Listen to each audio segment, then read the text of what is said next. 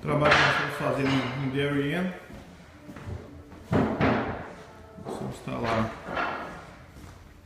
na casa aqui, ó, sala de exercício. Aqui é um hall, aqui é o chamado city. Esse aqui é um quarto, um bedroom, além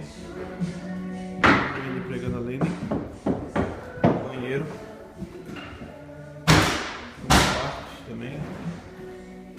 Não, tem um canto no meio aqui, em cima tem o Eric.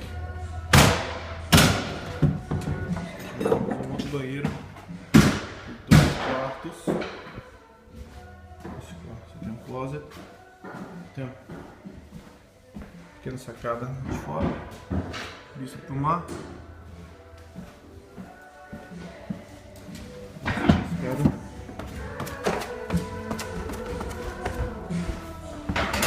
Entrada. Esse aqui é o Joender, nosso amigo. Fala hi, Joender.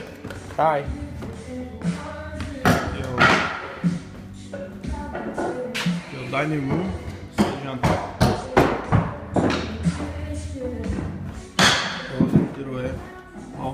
Aqui é o banheiro.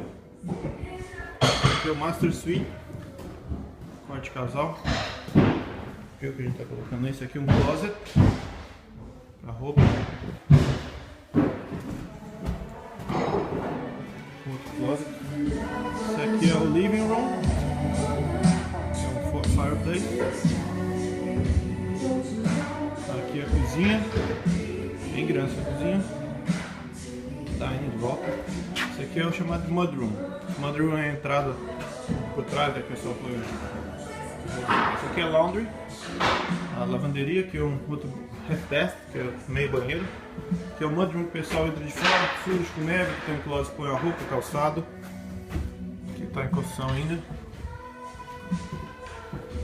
Aqui é a garagem. Aqui são garagem para dois carros, não vai instalar um piso aqui ainda.